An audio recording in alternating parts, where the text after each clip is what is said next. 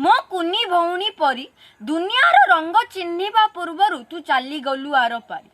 तू अबा कहार कौन असुविधा करिथिलु जे तोते देले मारी। तोते छाड़ी तो बापा माँ भी रही पारिलेनी, बाहरी थिले आत्महत्या करी।